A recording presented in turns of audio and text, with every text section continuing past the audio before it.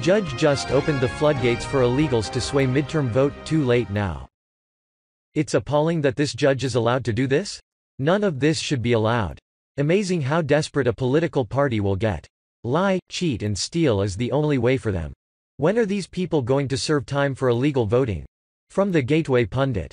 A New Hampshire activist judge on Monday put a temporary injunction on a Republican-backed law requiring new voters to show proof of residency when they register. The judge says requiring proof of residency would lengthen lines and make it harder for students, disabled voters and others to cast their votes. Where the law threatens to disenfranchise an individual's right to vote, the only viable remedy is to enjoin its enforcement, Judge Kenneth C. Brown wrote in his decision. The judge also said the registration form is too complicated for people to understand. Reuters reported. The temporary injunction against the Republican-backed law comes 2 weeks before U.S. congressional elections that will determine whether opposition Democrats or U.S. President Donald Trump's Republicans retain full control of the federal government's legislative branch. The measure, which passed largely along party lines and went into effect last year, required those seeking to register within 30 days of an election to present documents proving that they live in the area where they intend to vote. Without such proof, they must agree to either send it in within 10 days or the state will seek to verify their domicile.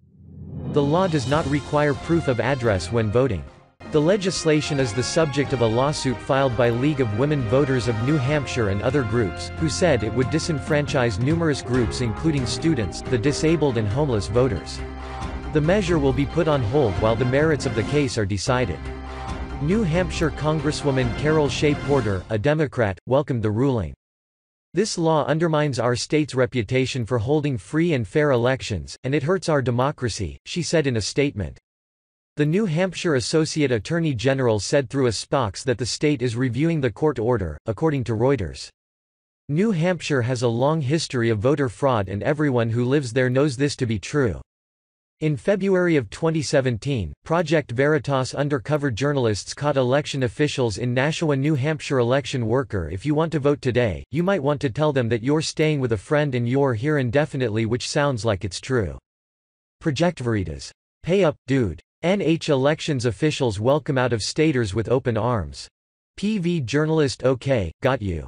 It's not 100% true. But I understand.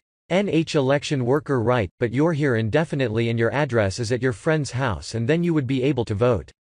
The Washington Times reported last year that vote fraud may have tipped New Hampshire against Trump since it was such a tight race. More than 6,500 people registered to vote in New Hampshire on November 8 using out-of-state driver's licenses, and since then the vast majority have neither obtained an in-state license nor registered a motor vehicle.